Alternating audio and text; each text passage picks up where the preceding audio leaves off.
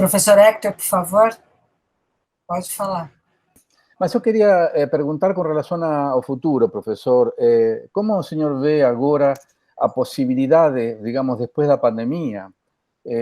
Qual seria a possibilidade da universidade ter alguma nesse futuro para o país e para o mundo? É decir, tem alguns filósofos que estão falando de uma crise do capitalismo, outros que estão falando de um fim do capitalismo, outros que estão dizendo que não vai ter nenhuma mudança. E alguns outros estão dizendo que a universidade será uma alavanca importante para a recuperação da humanidade, uma reflexão mais profunda, como uma saída sistêmica. Queria saber sua opinião de um pensador, que o senhor pode não se considerar um filósofo, mas nós consideramos sim um filósofo. Por favor, professor Romano. Eu acho que, evidentemente, nós não podemos ter uma bola de cristal para dizer qual o rumo que tomará o planeta Terra e as sociedades que ele abriga, né? Evidentemente, essa pandemia ela veio ser uma espécie de revelador de mazelas sociais, econômicas, políticas, religiosas antiquíssimas e que foram pioradas com a onda de pensamento privatista e neoliberal a partir dos meados do século XX. É bom lembrar que o neoliberalismo teve o seu modelo mais praticamente aplicado em ditaduras como a chilena, né, com os Chicago Boys e aquele senhor chamado Pinochet.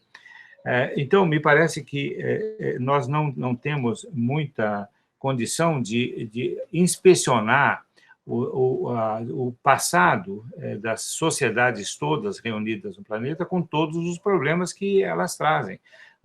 Pensa, por exemplo, no caso da Índia, uma sociedade que, mesmo já tendo passado para a produção de atômica, ainda convive com setores de párias, né, de uma divisão social absolutamente tremenda, né, que é quase impensável. Sociedades como a brasileira, em que o nível de inadequação do acesso à renda e à vida digna é uma coisa absolutamente escandalosa e sempre foi assim, né? Então, veja, nós temos aí uma espécie de revelador, essa pandemia ela veio revelar disfunções e distorções éticas e políticas que definem o presente. Além disso, no caso das universidades, é bom lembrar que elas também são diversas, né? Nós temos a rara felicidade de ter, em São Paulo, um sistema universitário que, bem ou mal, se comunica e que trabalha de maneira aproximadamente concorde na busca de pesquisa, na busca de ensino, na busca de serviço à sociedade de uma maneira razoavelmente uniforme. E isso tem produzido muita riqueza, inclusive no sistema, em termos de sistema capitalista. Eu fiz referência aos institutos isolados que deram origem à Unesp. Sem esses institutos isolados, nós não teríamos a pujança econômica do interior do Estado de São Paulo que é apresentada hoje, né? Você tem toda uma preparação a esse tipo de riqueza. O problema é que você tem um sistema social em que os empresários, muitas vezes, não têm nenhum compromisso com a pesquisa e com a própria retorno financeiro para os pesquisadores. Eu gosto sempre de lembrar que, quando eu era jovem, tinha 14 anos, em São Paulo, nós tínhamos a peste dos cítricos, né? O cancro cítrico. Eu morava no Paraná, eu sou paranaense, eu saía de São Paulo, na fronteira com o Paraná, a polícia tinha que jogar fora todas as laranjas, limões, etc., que vinham de São Paulo, porque era uma coisa arrasadora. A USP, naquele momento, e os pesquisadores encontraram uma solução para essa doença. E isso resultou, aí em Araraquara, em muito lucro, em Limeira, muito lucro, etc., né, com a exportação de laranja, etc. Vamos perguntar qual foi o aporte de devolução feita por esses empresários para o serviço público que ajudou a combater essa endemia. Quase zero. Né? Então, se não fosse a FAPESP, né, você não teria essa continuidade científica e tecnológica na inovação. Aliás, a FAPESP é das poucas instituições brasileiras que ainda aplicam recursos em inovação tecnológica. Né? Então, veja, quando você fala do contributo das universidades para sair do lamaçal, né, da tristeza infinda, inclusive agora, nesse momento, tem um debate nacional importante, se é permitido falar em genocídio ou não para o que está ocorrendo no país. Né? As Forças Armadas estão muito ofendidas, né, com o ministro Gilmar Mendes, porque ele fala em genocídio, mas que outra palavra nós teremos para dizer de 70 mil mortes e de uma rapidez no falecimento de brasileiros, quando o presidente da República, em vez de aplicar recursos na pesquisa e na própria prática da cura, recomenda a cloroquina, né? Como contra todas as determinações médicas mundiais e nacionais. Né? Então, a universidade pode, sim, ser um instrumento importantíssimo para que nós não caiamos na extrema miséria e barbárie e que nós possamos recuperar, em termos planetários, em termos brasileiros, uma possibilidade daquilo que eu acho importante na escrita do Leroi-Gourhan, né, esse jogo do empréstimo e da invenção. Né? Se nós não conseguirmos fazer isso, nós seremos condenados eternamente a exportar produtos como madeira, aço, etc. Nós estaremos repetindo a história de 500 anos do Brasil. Aliás, o Brasil chama-se Brasil por causa disso. Né? Eram as pessoas que pegavam aquela madeira, né, e esgotaram aquele recurso natural para vender, né, para os europeus, etc. Então, nós temos essa história, essa ética de destruir a natureza para o lucro mais imediato possível, e aí tudo que é de longo prazo, tudo que leva tempo, não tem apoio. Ora, nesse caso, não é? É bom recordar a diferença do tempo da política e do tempo da universidade, do tempo da pesquisa. O tempo da política deve ser rápido, eficaz e deve mover massas de uma maneira rápida também. Ele é o tempo da rapidez, né? E da eficiência no domínio cronológico. A pesquisa ela tem que ter aquilo que é a errância, ela tem que ter a experimentação, ela tem que ter um tempo mais dilatado, onde a minha crítica, bastante, às vezes, até dura, em relação aos processos de avaliação que foram instituídos aqui no Brasil, na CAPES e no CNPq, depois, né, da revolução trazida pela senhora Margaret Thatcher. Né? Essa redução no tempo dos mestrados, essa redução nos tempos dos doutorados, essa redução nos tempos de pesquisa, não traz consequências científicas sérias. Traz apenas, então, somente uma domesticação dos laboratórios e dos pesquisadores. Então, se nós entrarmos por essa, evidentemente, não teremos saída. É bom também lembrar um termo de geopolítica. A Suzeley trabalhou muito tempo no Instituto, no Núcleo de Estudos Estratégicos, e você também, não é, Hector? O Brasil não é uma potência enorme como os Estados Unidos, não é uma potência como a Rússia, não é uma potência como a China, não é uma potência como a Índia. Ele é um país grande, mas não tem a capacidade estratégica e não tem a força estratégica desses países. Então, se nós não tivermos produção científica e técnica para entrar no mercado internacional, evidentemente não teremos futuro. E não teremos futuro sem o trabalho do laboratório e da universidade. Então, é isso que nós estamos definindo nesse momento. E quando esses senhores, né, da Assembleia Paulista atacam a universidade, fazem uma CPI que eu chamo de fake, né, que era uma espécie de inquisição mal feita e mal intencionada. Quando eles fazem isso, eles não sabem, isso é o pior, que eles estão cortando o futuro do Estado que eles administram. Agradecer a presença do professor Roberto Romano, um professor muito querido na filosofia, então agradecer a sua presença aqui entre colegas da Unesp. E gostaria de fazer alguma consideração, né? Nós vivemos um momento de ataque à ciência, ao conhecimento, né? E à universidade, né? Como o senhor já falou também. A minha questão é assim, será a análise política disso, né? Será que nós vivemos uma crise civilizatória? Será que é um projeto político que tem por objetivo destruir a nação? Eu não sei, eu fico pensando politicamente, o que significa isso, né? Nós sabemos que tem um discurso fascista, né, junto com as ações de ataque à ciência, né, ao conhecimento e à universidade. Mas qual é o objetivo, né, político, né, aí a minha pergunta bem direta, né, que o senhor vê nessa investida contra, né, esse conjunto aí que eu chamo de ciência, conhecimento e universidade?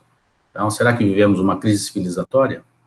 O Alonso fala o seguinte: professor Romano, creio que o maior desafio está por vir, e creio que na formação dos nossos futuros profissionais, sobretudo de professores, que deverão fazer ou ter outro tipo de postura e atitude na sala de aula. O que poderia ser feito nos cursos de licenciatura para o enfrentamento de uma ideologia fascista que circula por aí? E aí eu passo a palavra para o professor Clodoaldo Beneghello para ele fazer a pergunta dele. Boa tarde, colegas.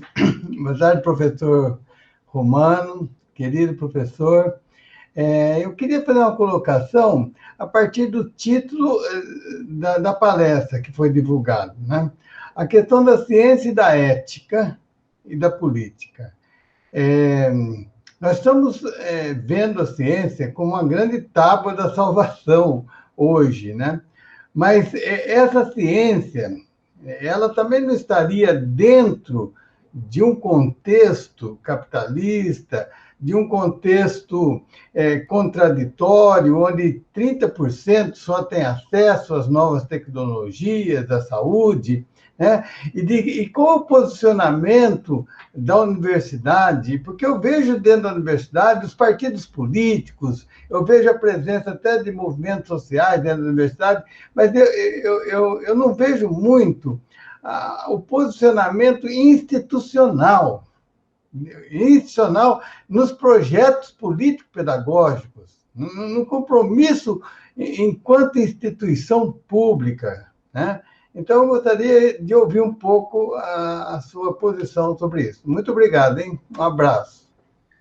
Bom, eu acho que as três perguntas, na verdade, são três grandes avenidas de pensamento. Eu não tenho nenhuma capacidade de respondê-las, mas eu posso tecer algumas considerações. Em primeiro lugar, me parece que sim, é verdade que nós estamos vivendo uma grande crise civilizatória no planeta inteiro, né? Não é por acaso que eu volto a citar o Leroy Gorin, que é um autor que eu aprecio muito. Ele estava muito preocupado porque o desenvolvimento tecnológico e científico, ao longo dos milênios, ele foi definindo populações, sociedades, né, que tinham determinadas técnicas, determinadas formas de agir sobre si mesmo e sobre a natureza. Ele, nos últimos trabalhos dele, ele estava muito preocupado com o famoso fenômeno da globalização, que foi cantado em prosa e verso aqui como positivo, como uma coisa maravilhosa, Mas o que ele estava preocupado a partir de Hollywood, por exemplo, você tem uma espécie de expansão de um modelo de cultura, um modelo civilizatório para todo o planeta. E isso, diz ele, desequilibra esse movimento de empréstimo e de invenção. Você tem uma aplicação maciça de determinadas técnicas do corpo, de determinadas técnicas dos instrumentos e de modo de ver o mundo, que quebra essa possibilidade da autonomia das várias culturas. Então, é como se você tivesse um movimento da Renascença mais desprovido da capacidade de apropriação de cada povo dos princípios da Renascença. Então, é como se você partisse para um modelo único, né, de trabalho, de pensamento, etc. É o famoso American Way of Life, né? Então, o que você tem aí? Você tem uma sucessão, e aí, do ponto de vista político planetário, é muito séria, você tem uma sucessão, depois da Segunda Guerra Mundial, você tem uma sucessão das potências coloniais para a potência imperial norte-americana. E é bom lembrar que o primeiro golpe dado pela CIA foi no Irã, justamente contra Mossadegh, no caso da estatização do petróleo. Churchill precisava dos recursos petroleiros, né? Tinha medo que a União Soviética se apropriasse dos recursos do Irã, e foi a primeira vez que a CIA aplicou um golpe de Estado, né? E, a partir daí, esse modelo se tentou impor no planeta inteiro através de golpes de Estado e através de uma uniformização cultural, né? O American Way of Life, né? Então, essa situação subsistiu durante a Guerra Fria, né? E ela retomou alento e se tornou hegemônica depois do fim da União Soviética. Então, o que nós estamos vendo, né, nesse momento? Nós estamos vendo esse pensamento único, essa atitude imperial, com todas as suas crises e com toda a sua cegueira, né? Então, American, antes de tudo, né, esse tipo de slogan do Trump é efetivamente aquilo que justifica atrocidades, né? Então, veja, se lá nos Estados Unidos há uma guerra contra a ciência, há uma guerra, uma diminuição, inclusive, dos recursos de pesquisa, aqui a coisa é muito mais grave. Então, me parece que nós estamos vivendo uma mudança de modelo, só que, no caso do modelo do Renascimento, nós tivemos o surgimento de uma figura cultural que é muito interessante, que é o pedante, né? O Renascimento vivia dos livros e para os livros, né? Então, é o momento do Gutenberg, é o momento do grande número de livros. E o pedante é aquele sujeito que comprava muitos livros e que lia muitos livros, mas que não entendia quase nada do que estava dentro dos livros, né? E hoje nós temos um pedantismo cósmico com a internet. Você não precisa mais da disciplina, da pesquisa, da reflexão, da lógica, da matemática, etc. Basta que você abra a Wikipédia, quando você abre a Wikipédia, ou que você abra o WhatsApp para ouvir a última fofoca, a última fake news definida. E isso, então, é um movimento retrógrado. Agora, é bom lembrar que no século XX, o fascismo e o nazismo não foram absolutamente contra a técnica. Eles desenvolveram técnicas de uma maneira muito eficaz. Basta lembrar que a televisão, por exemplo, já era usada por Goebbels como meio de propaganda, né? Então, eles tinham acesso à técnica, eles usavam a técnica para uma cultura regressiva, para uma cultura antidemocrática, para uma cultura do pior nacionalismo. Então, aí, e do preconceito. Então, eu acho que nem sempre o desenvolvimento técnico traz um avanço ético, um avanço moral e uma mudança civilizatória para o melhor, né? É perfeitamente possível que você tenha uma utilização técnica para os piores desígnios, né? Então, nessa linha, eu acho que nós estamos vendo aí, não é, um fato muito corriqueiro nesses últimos dias. Foi inventado um respirador para evitar que as pessoas morram. Ora, o que nós assistimos na cena internacional? Né? Entregas, compras não entregues, né? Assambarcamento de instrumentos e de remédios por potências hegemônicas, é o caso dos Estados Unidos, né? Contra a saúde dos povos menos ricos, e você tem uma sistemática utilização da técnica para a propaganda, né? Hoje mesmo, eu acabo de ler no jornal Estado de São Paulo que o governo brasileiro, nesse momento em que tanta gente está morrendo à míngua, sem possibilidade de apoio científico ou técnico, né, são destinados 30 milhões para a propaganda para tornar o povo brasileiro mais contente consigo e mais confiante em si mesmo.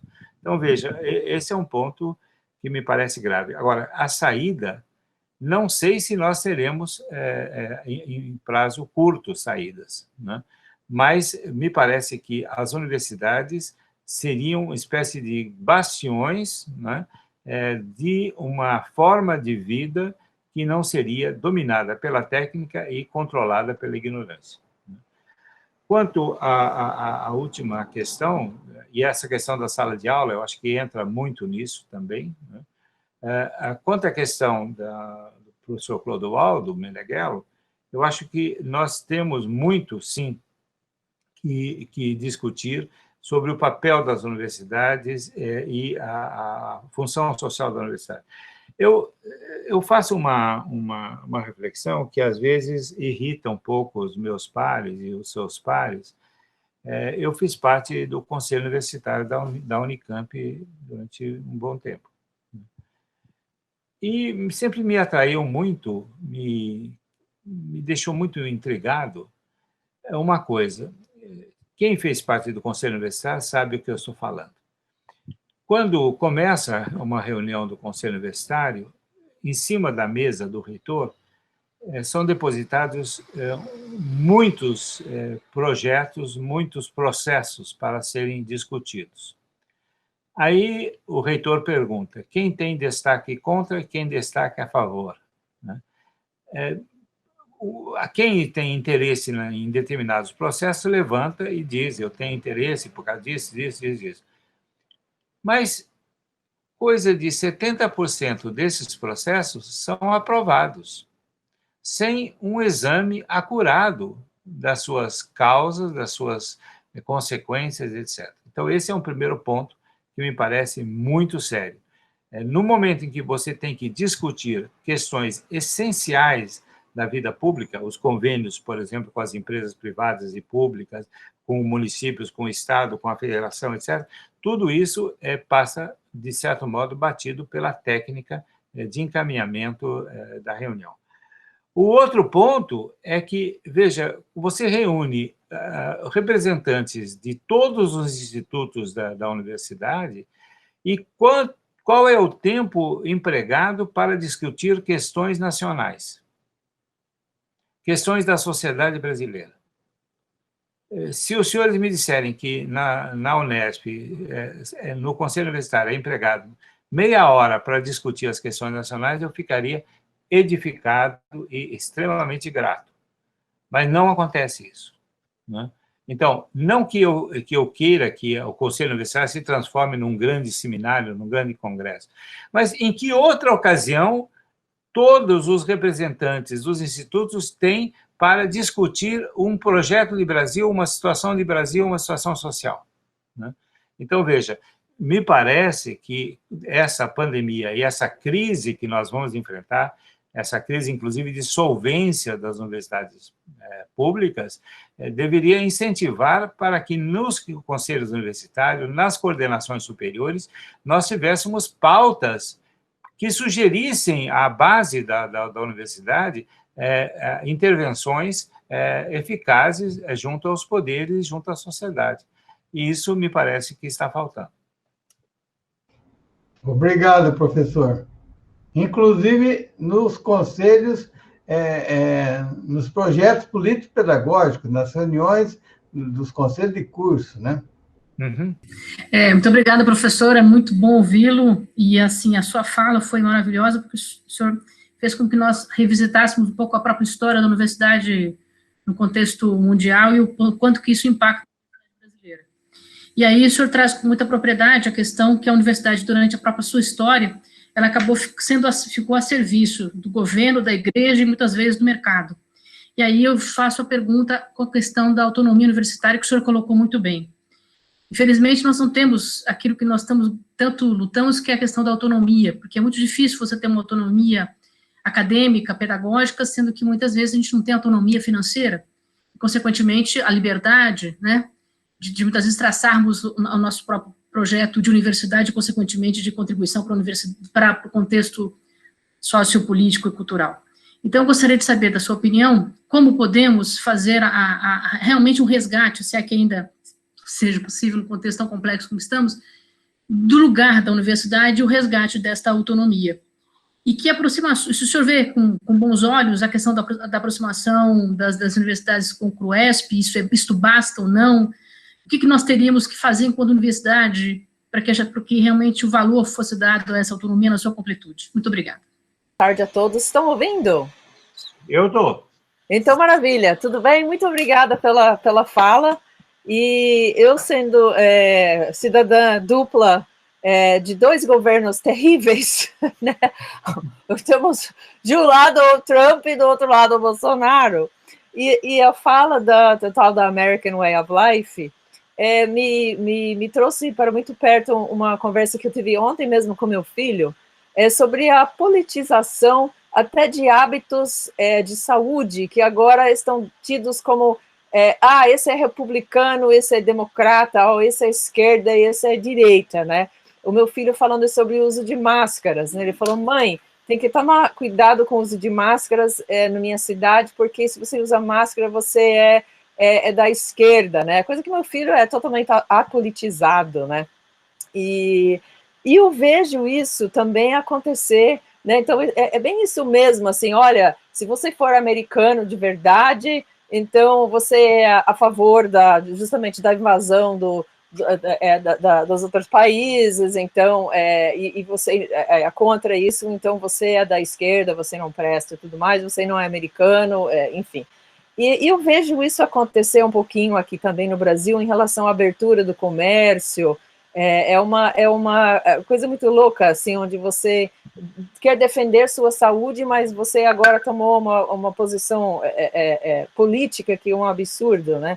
Mas acho que todos nós entendemos o que é isso, né? E aí a questão nós, na universidade, a gente tem como tentar, não sei exatamente em que medida que a gente poderia fazer isso, mas, assim, como que a gente pode se envolver nessa questão para que as pessoas entendam que saúde é de todos e não é da esquerda, da direita, de cima, de baixo, e toda essa questão nesse contexto político, que é a cegueira política, que eu poderia chamar. Se temos alguma solução para isso na universidade? Eu estou vendo que a Valerie toca cello, que coisa bonita. Pior, é um contrabaixo. É um contrabaixo. Né? Sim. A minha vista é péssima. Veja, a questão da Maria Antônia, da autonomia, me parece que é vital. Né? Nós temos que repensar esse sistema inteiro do relacionamento da universidade com o poder federal e a partir justamente da regulamentação da autonomia universitária. Né? Então, esse é um ponto que nós temos negligenciado ao longo do tempo. Nós tomamos como estabelecido o preceito constitucional, mas não houve nenhum esforço maior, tanto nos setores progressistas da sociedade quanto da própria universidade, no sentido de regulamentar e dar contornos jurídicos mais sólidos para essa autonomia. Agora, essa questão aí colocada pela Valérie, né, dessa politização dos hábitos de saúde, é uma questão que é antropológica e ética no sentido mais lídimo da palavra. Vocês certamente se lembram do Marcel Mauss, que conseguiu, nos Estados Unidos, ele era francês, né? Conseguiu identificar a origem das enfermeiras pelo modo de andar, né? Em determinados povos, anda-se de determinado modo, e se fala de determinado modo, e o corpo, então, tem determinadas técnicas e modos de expressão, né? Então, no caso dessa atitude, digamos assim, anti-ciência, anti-medicina, isso é uma forma ética bem mais antiga do que Donald Trump ou de Bolsonaro, né? O que ocorre é que, eu diria que o Elias Canetti usa um termo muito interessante, que é os catalisadores, né? Que tanto esses políticos quanto setores ideológicos ou religiosos catalisam práticas e formas de ser que são bem antigas, né? Então, daí o peso delas, aí a ferocidade que elas trazem, né? É bom lembrar, por exemplo, que o antissemitismo não foi inventado pelos nazistas, mas é uma coisa de milênios, né? E foi catalisado, foi potencializado pelo nazismo. Então, esse é um ponto que nós temos que levar em conta. Quer dizer, quando essas pessoas, não é, se sentem no direito de insultar as demais pessoas, não utilizando máscara, insultando enfermeiros e médicos, etc., é bom lembrar que isso faz parte da ética delas, né? Sempre aqui no Brasil, infelizmente, o termo ética é aproximado sempre do bom comportamento, né? Não, a ética é uma tentativa de descrever e entender todos os tipos de costumes, né? Aqueles que são corretos e que trazem bem para a vida coletiva e aqueles que são nocivos, né? Sempre que um jornalista me pergunta, professor, não tem ética no Congresso Nacional? Eu falei, tem, a pior possível, mas tem, né? Então, assim também, acho que no caso da vida política, né, a universidade, pela própria existência dela, se ela for fiel minimamente à sua essência, ela retira esse particularismo, esse nacionalismo malsão e tudo mais. Mas é preciso que ela seja vivida na sua plenitude, né, por nós e pelos nossos estudantes. Daí a importância do nome dela. Ela não é uma instituição privatizada, é uma instituição particularizada.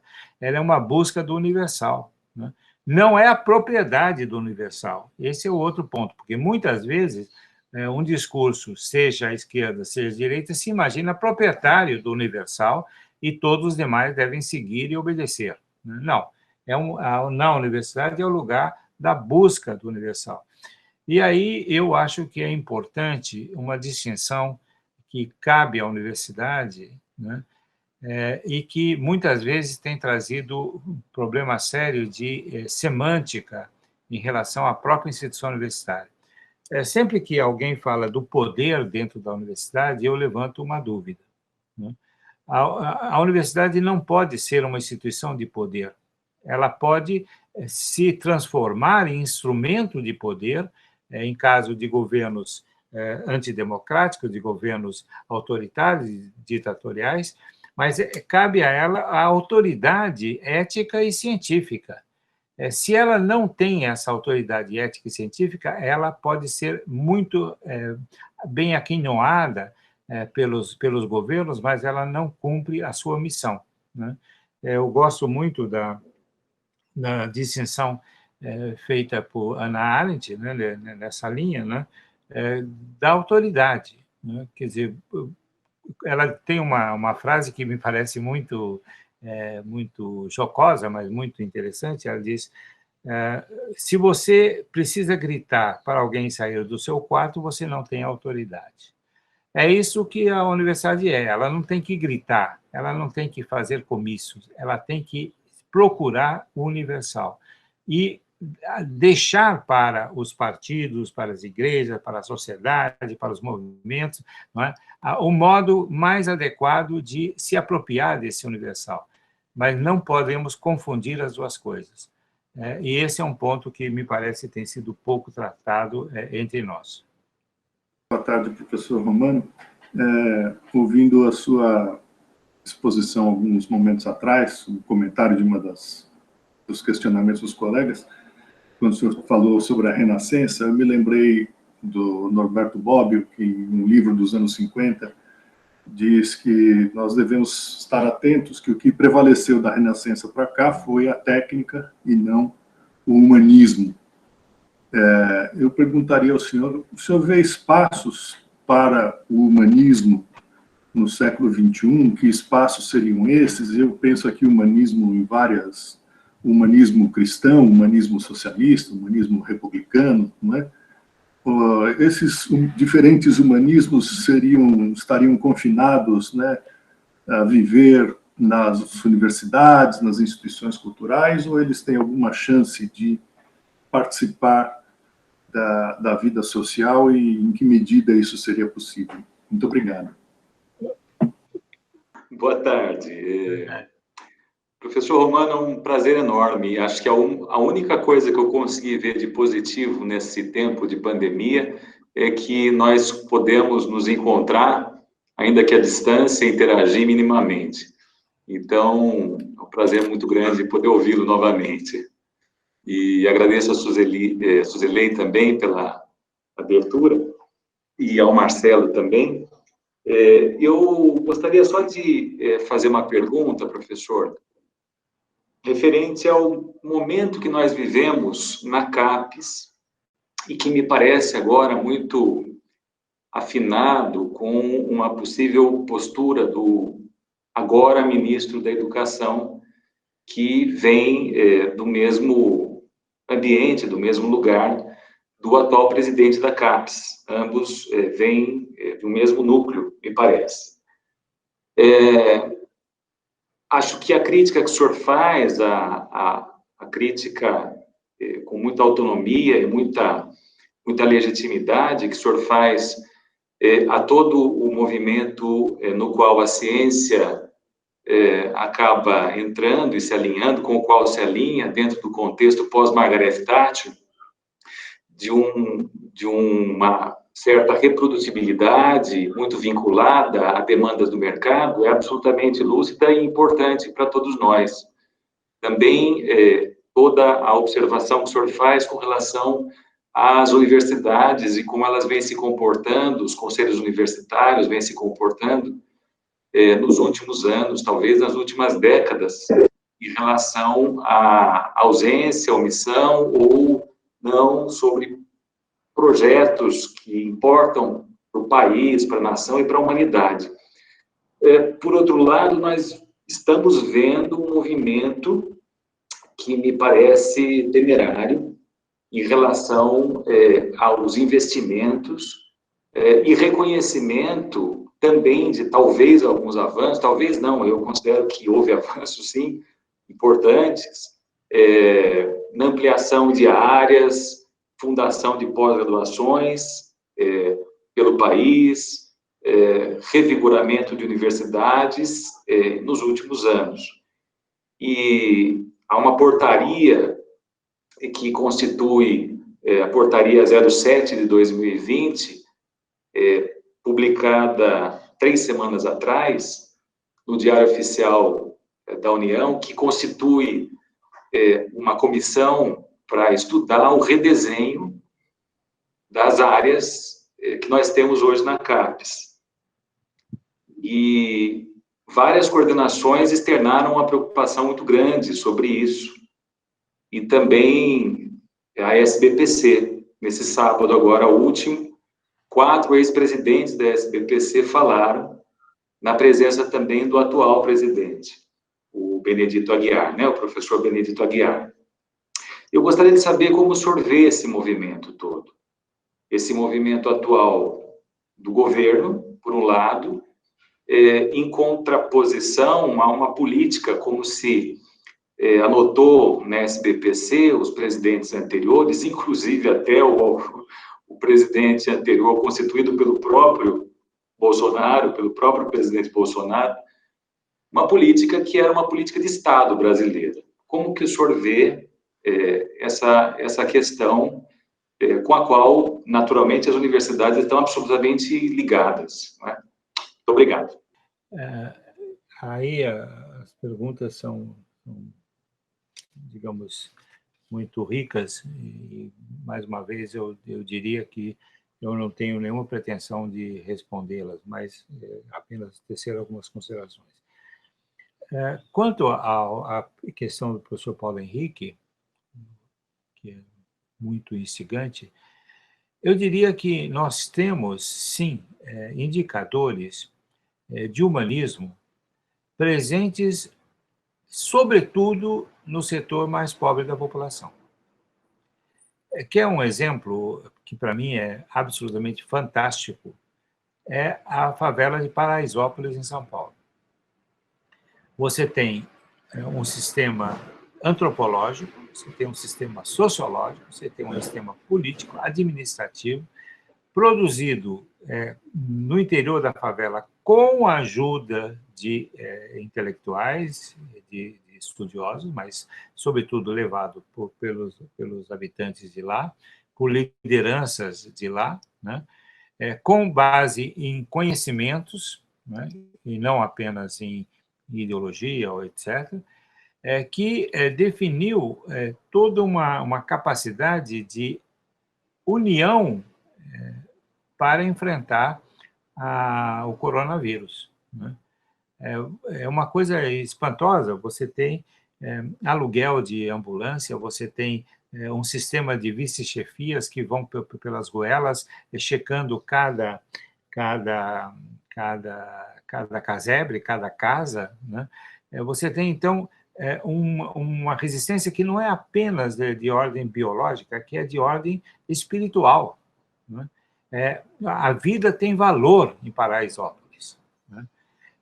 Ao contrário do que acontece em determinados bairros, como Leblon, do Rio de Janeiro, né? Então, é isso que me leva também a lembrar, né, que o Renascimento e o humanismo se diz de muitos modos. Você mesmo lembrou essa diferença. Você tem o humanismo socialista, o humanismo cristão, etc., né? Você tem várias maneiras de entender o fenômeno humano, tendo em vista o seu entorno e o seu relacionamento com a natureza, né? Então, não por acaso, é bom lembrar que o Renascimento, que é a época áurea do humanismo, era estreitamente ligado a tudo o que significava a natureza, né? O apelo às ciências, né, inclusive a física, etc., veio desse desejo de comunhão com a natureza. Então, nessa medida, essas forças disruptivas que se instalaram a partir de um fenômeno mundial, que é o mercado que define todos os padrões, essa prática disruptiva, ela tem enfrentado, sim, em todos os países, grupos e coletivos dispostos a lutar pelos valores humanos, né? Então, quando eu me ponho a comparar as falas do nosso presidente da República com essa liderança de Paraisópolis, eu vejo a distância que existe entre essas forças disruptivas e essas forças positivas humanistas, né? Eu acho que não é apenas o universo da universidade, dos intelectuais, que podem cultivar o humanismo. Pelo contrário, é justamente nessa luta em prol da sobrevivência, da vida, né, dos coletivos, que você encontra essa inspiração do humanismo, que também será a inspiração do republicanismo moderno, da democracia moderna e de tudo mais, né? Então, eu acho que as forças disruptivas, elas são importantes, elas são seríssimas, elas hoje detêm o poder de Estado, com toda a questão da força física que isso implica, e inclusive com as perversões da força física. Depois daquele espetáculo dos Estados Unidos, de um policial pisando no pescoço de alguém e matando, aqui ontem nós tivemos uma coisa nessa linha, né? Quer dizer, esse abuso da força física que o nosso Estado testemunha é próprio de, digamos assim, de uma fuga dos elementos essenciais. No caso do humanismo cristão, evidentemente que o centro é Deus, que permite essa elevação do ser humano. No caso de humanismo laico, né, é exatamente o princípio do ser humano pelo seu próprio valor, né, pela sua autonomia. Então, eu acho que nós temos, sim, nesse ponto eu não sou muito esperançoso, eu sigo sempre o ensino do Spinoza, e que não devemos nem ter esperança, nem medo, né? Mas eu acho que alguma esperança de expansão de vida existe na sociedade mundial, né? Se não fosse assim, esses movimentos de defesa do meio ambiente, etc., não seriam tão fortes. Não é apenas o interesse comercial, esse existe, sim, né? Os interesses do comércio internacional, da produção internacional, que a compra de empréstimo, né, que arruma de empréstimo a luta pelo meio ambiente. Mas é um clamor da sociedade humana, que percebe que o pouco tempo de vida nesse planeta está se tornando cada dia mais breve, né? E que, portanto, nós poderemos, em brevíssimo lapso, nós poderemos não existir mais, né? Então, eu acho que esse é o ponto. Eu acho que o Camus, que é um filósofo de quem eu gosto muito, sempre dizia que a questão filosófica mais importante é o suicídio, né? E eu acho que nós temos que pensar nisso. Quer dizer, a humanidade está cometendo suicídio, né? Onde se decide o nada e o ser, né? Essa é a questão filosófica, e eu acho que ela está sendo respondida, pelo menos em boa parte, dos seres humanos, pela vida e não pela morte. É o que eu penso nesse momento. Quanto à questão do Glauco, olha, eu não tenho muito o que dizer, fora o que eu acompanhei até agora, nesses movimentos de burocratização, de especialização e de imposição de rapidez do tempo, né, pela CAPES e pelo CNPq, né, e até, infelizmente, em parte pela FAPESP, né? Você tem essa... Eu dou um exemplo da minha experiência. Eu fui assessor da CAPES, do CNPq e da FAPESP durante muitos anos, décadas, e eu me lembro que na FAPESP, no começo, quando eu era um jovem doutor, eu tinha 32 anos, né? Eu recebia um processo da FAPESP. Os melhores processos eu era mais severo.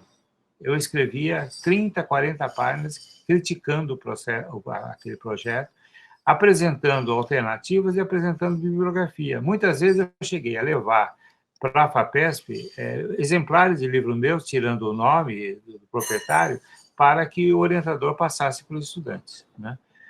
A última vez que eu dei um parecer para a FAPESP, depois me recusei a dar mais pareceres, né?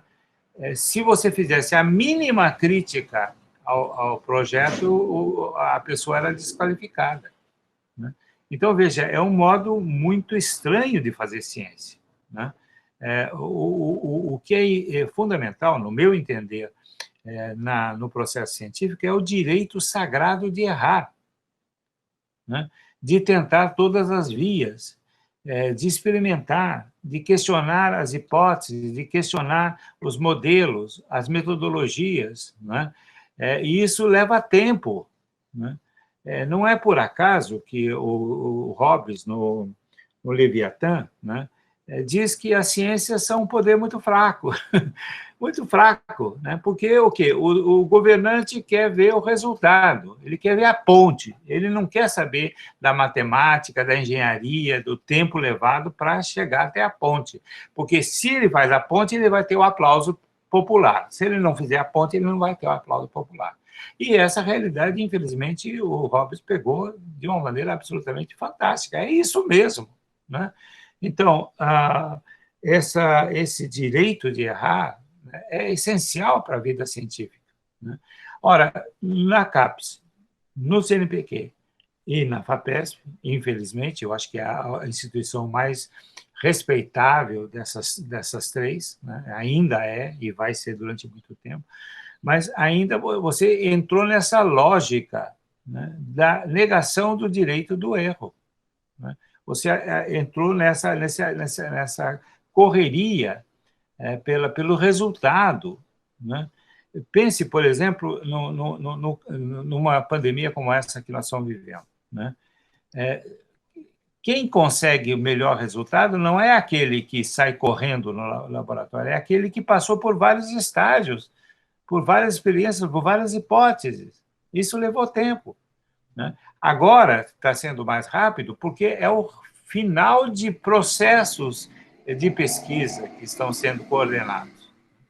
Então, eu vejo, eu confesso a você que eu só li uma notícia justamente ligada a essa questão da SBPC, desse reordenamento da CAPES e das áreas, né? Mas eu fico muito temeroso, né, quando eu vejo que o ex-ministro da Educação fazia uma campanha absolutamente delirante contra as ciências humanas. Ciências humanas não existem, ciência humana é picaretagem, né? Então, esse tipo de decisão, né, que os governos nunca podem fazer, porque nós não podemos fazer, né? Nós só podemos dizer que tal setor é científico ou não depois de muita pesquisa, depois de muita lógica, depois de muita matemática e depois de muitos experimentos, né? Aí nós podemos dizer, esse setor é científico, esse aqui não é científico, né? Mas, a priori, ninguém vem para a universidade para uma área que é sagradamente, desde o início, científica. E mesmo as áreas científicas têm falhas, têm erros, né? E há todo um trabalho de comunicação das ciências, né, que vai, por exemplo, no caso da biologia, se não existissem matemáticas, sinto muito, não haveria condição de um avanço biológico tão grande. Na Unicamp, nós temos até, é uma coisa interessante, tem até o uso da matemática na produção do vinho, né? Quer dizer, você veja, você tem uma rede altamente complexa de saberes e de técnicas, né, cuja taxonomia é dificílima de ser feita. Ora, não vai ser o funcionário da CAPES e o funcionário do MEC que vai nos dizer o que é a área científica ou não. E aí eu me lembro de um fato que eu vivi. Eu fui da primeira equipe que deu nota para os programas da CAPES, né, de 1 a 7. Né? E o pessoal da filosofia do Rio Grande do Sul é muito rigoroso e não gosta de publicar, né? Eles têm prevenção com a publicação. E os representantes do Rio Grande do Sul, na reunião, na primeira reunião que nós fizemos, disseram, olha, nós temos esse problema. Se um dos critérios da avaliação é a quantidade de publicações, né, nós temos manuscritos. Nós temos caixas e caixas de manuscritos que até nós podemos trazer aqui para mostrar. Nós temos trabalho, e o trabalho é de boa qualidade, mas precisa ser lido. Aí o coordenador da equipe chamou a secretária da CAPES né? Que veio e nos disse o seguinte, quando nós perguntamos isso: professores, o que é objetivo está no computador. Está no computador. Isso é objetivo. Eu me admirei com a ideia de objetividade, né? Quer dizer, as normas são a objetividade e não a prática da pesquisa, do trabalho, etc.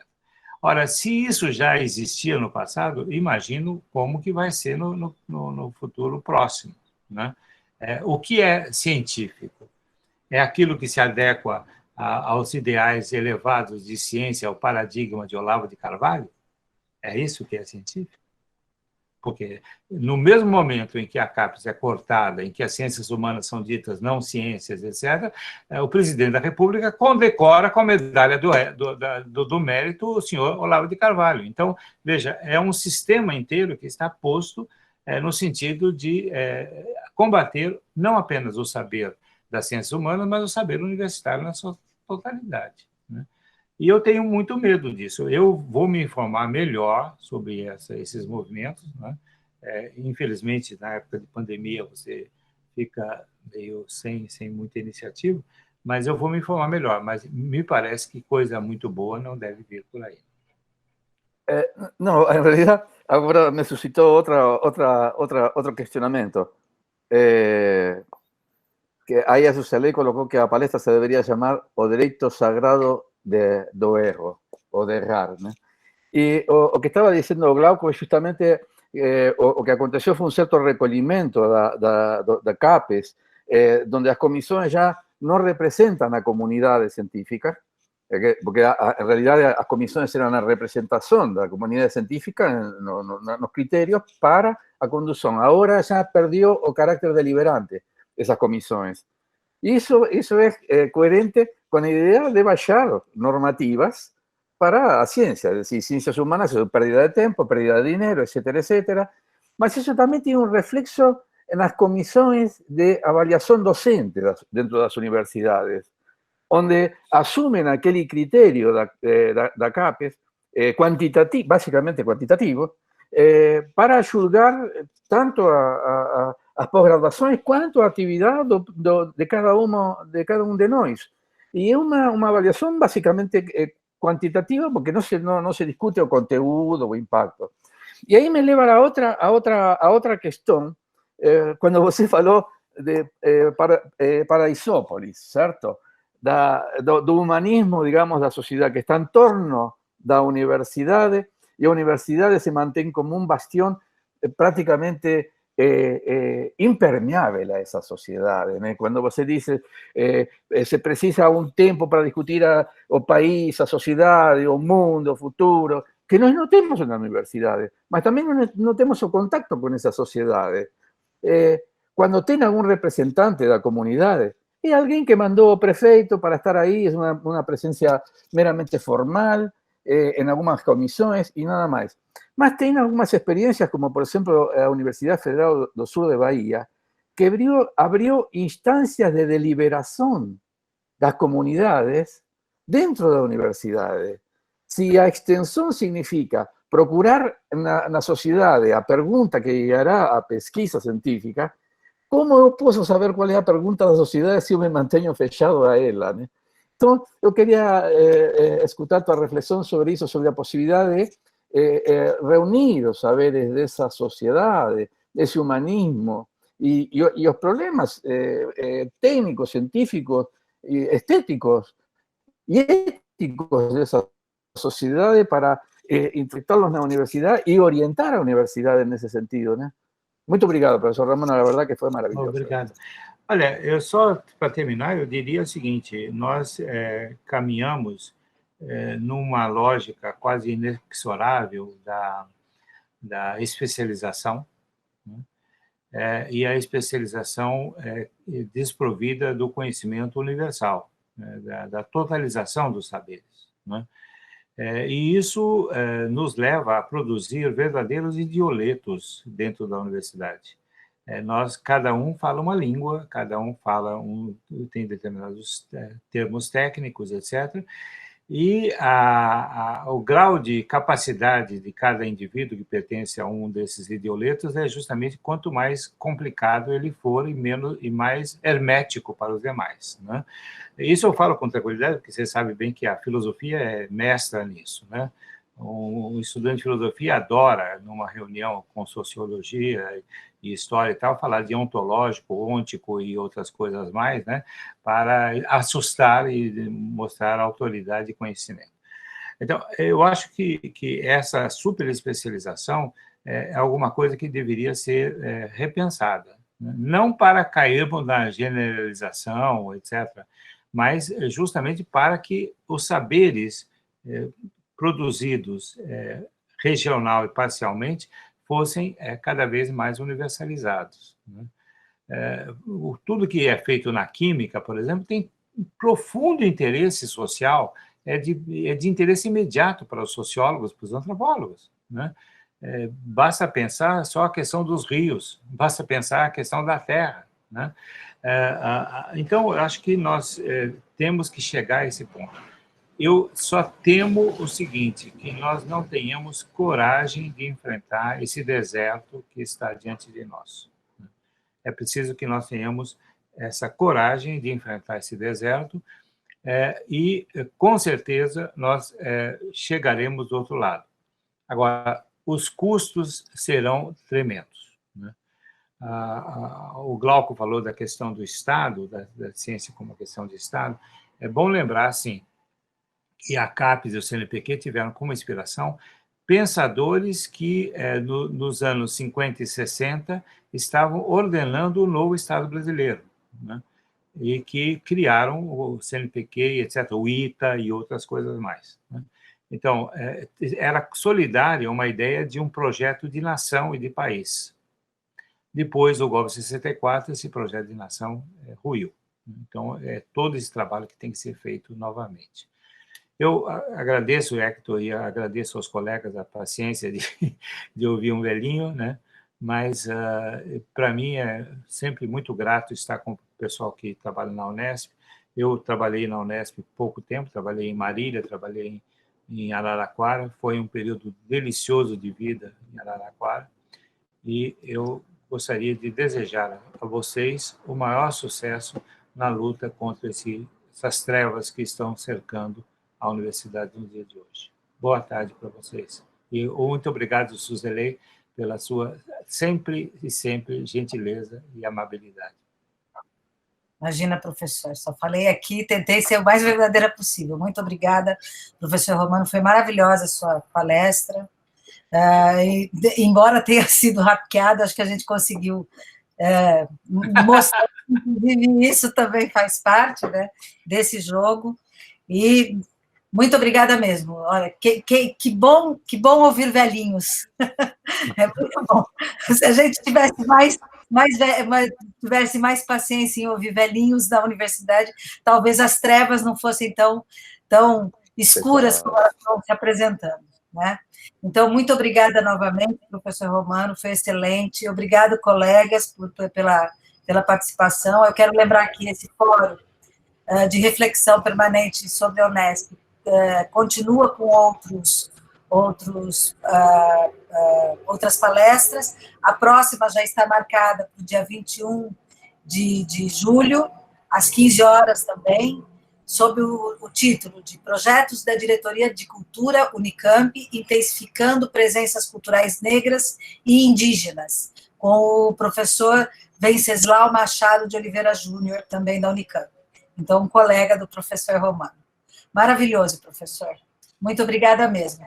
A todos. Muito obrigado, professor. Boa tarde. Tchau, tchau. Obrigado. Se alguém precisa falar mais alguma coisa, me diga, senão a gente vai desligando. Tá bom. Tchau, tchau. Um abraço. Tchau, Maria Antônia. Professor. Um abraço.